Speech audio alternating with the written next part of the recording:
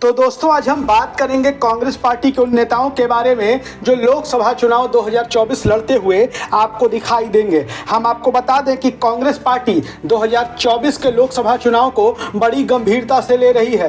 Congress party हर हाल में 2024 में अपनी सरकार बनाना चाहती है और भारतीय जनता पार्टी नरेंद्र मोदी को सत्ता से उखाड़ फेंकना चाहती है। ऐसे में माहौल बनाने के लिए देश की सबसे पुरानी पार्टी, देश की सबसे बड़ी विपक्षी पार्टी कांग्रेस अपने दिग्गज नेताओं को मैदान में उतारने वाली है। कांग्रेस पार्टी कांग्रेस के तमाम पुराने दिग्गज नेताओं को, बड़े नेताओं को, कद्दावर नेताओं को लोकसभा चुनाव के मैदान में उतारना चाहती है ताकि देश भर में एक नए तरीके का माहौल बनाया जा सके। आपको बता दें कि इंडिया गठबंधन को लेकर भी कांग्रेस जितनी गंभीर दिखाई दे रही है उतना पहले कांग्रेस कभी गठबंधन को लेकर गंभीर दिखाई नहीं पड़ी थी। आपको बता दें कि 2004 में ही ऐसा माहौल देखने को मिला था जब कांग्रेस पार्टी ने यूपीए को लेकर गंभीरता दिखाई थी और जब कांग्रेस गठबंधन को लेकर गंभीर हुई तो अटल बिहारी वाजपेयी और भारतीय जनता पार्टी की सत्ता को उसने उखाड़ फेंका था और फिर केंद्र में डॉक्टर मनमोहन सिंह की सरकार बनी थी। और ऐसे में आज हम आपके सामने उन लिस्ट को रखने जा रहे हैं, उस सूची को सामने लाने जा रहे हैं कि लोकसभा के चुनाव में कांग्रेस पार्टी के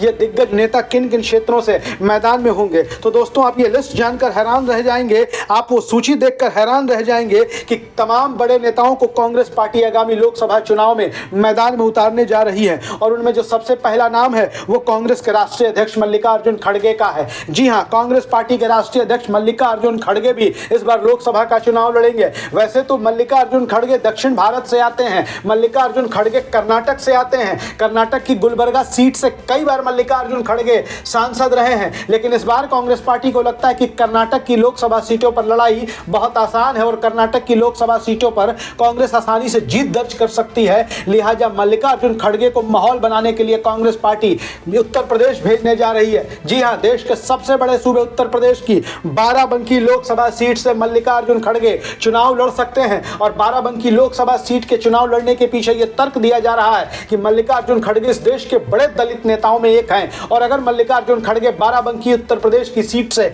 चुनाव लड़ते हैं तो पूरे उत्तर प्रदेश में इसका असर देखने को मिल सकता है। दूसरा नाम आता है रायबरेली से सोनिया गांधी का। जी हां, सोनिया गांधी एक बार फिर से अपनी सीट से चुनाव लड़ सकती हैं। हालांकि कई बार ये खबरें आती रही हैं कि सोनिया गांधी का स्वास्थ्य, सोनिया गांधी की सेहत उन्हें लोकसभा चुनाव लड़ने की इजाजत नहीं दे रही है, लेकिन बात पार्टी की है, पार्टी के अस्तित्व की है, इसलिए सोनिया गांधी एक बार फिर से रायबरेली लोकसभा के चुनाव में आपको चुनाव लड़ती हुई दिखाई देंगी। हालांकि संभव है कि सोनिया गांधी का आखिरी लोकसभा चुनाव हो। इसके बाद फिर बारी आती है राहुल गांधी की। राहुल गांधी अमेठी लोकसभा सीट उत्तर प्रदेश से एक बार फिर से चुनाव लड़ते हुए नजर आ सकते हैं। आपको बता दें कि 2019 के लोकसभा चुनाव में राहुल गांधी ने 2 लोकसभा सीटों से चुनाव लड़ा था। वो एक तरफ उत्तर प्रदेश की अमेठी से लड़ रहे थे तो दूसरी तरफ केरल की वायनाड सीट से लड़ रहे थे। केरल की वायनाड सीट से राहुल गांधी जीत गए, लेकिन अमेठी से राहुल गांधी चुनाव हार गए थे। लेकिन इस बार राजनीतिक पंडितों का मानना है कि राहुल गांधी के लिए अमेठी में परिस्थिति बेहद अनुकूल है और राहुल गांधी को लोकसभा का चुनाव इस बार अमेठी से लड़ना चाहिए,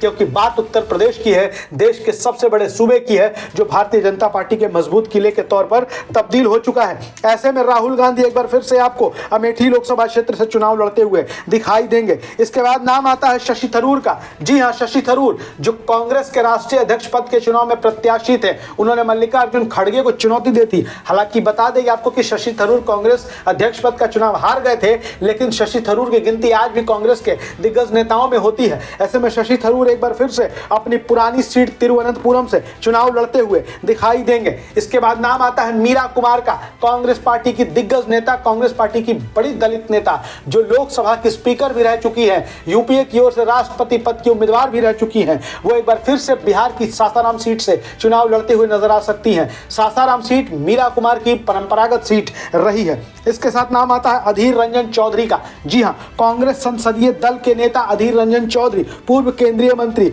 जो पश्चिम बंगाल की बहरामपुर लोकसभा सीट से चुनाव लड़ते हुए आपको नजर आएंगे। इसके साथ ही नाम आता है मुकुल वासनिक का। मुकुल वासनिक एक बार फिर से महाराष्ट्र की रामटेक सीट से चुनाव लड़ते हुए नजर आ सकते हैं। वहीं अजय माकन जो कांग्रेस के कोषाध्यक्ष हैं, वो फिर से अपनी नई दिल्ली पुरानी लोकसभा सीट से चुनाव लड़ सकते हैं। पूर्व केंद्रीय मंत्री अजय माकन भी कांग्रेस पार्टी के दिग्गज नेताओं में से एक है। फिर नाम आता है अशोक चव्हाण का। जी हां, जो महाराष्ट्र के मुख्यमंत्री रह चुके हैं, वो महाराष्ट्र की ही नांदेड़ लोकसभा सीट से अशोक चव्हाण चुनाव लड़ते हुए नजर आ सकते हैं। इसके साथ ही पंजाब के पूर्व मुख्यमंत्री भी चरणजीत सिंह चन्नी भी लोकसभा का चुनाव चुनाव लड़ते हुए आपको दिखाई दे सकते हैं। कांग्रेस पार्टी चरणजीत सिंह चन्नी को भी लोकसभा के चुनाव में मैदान में उतार सकती है। वो पंजाब की जालंधर लोकसभा सीट से कांग्रेस पार्टी के उम्मीदवार हो सकते हैं। फिर नाम आता है दीपा दास मुंशी का। जी हां, कांग्रेस पार्टी की फायर ब्रांड नेता पश्चिम बंगाल से आती हैं। दीपा दास मुंशी पश्चिम बंगाल के रायगंज लोकसभा सीट से आपको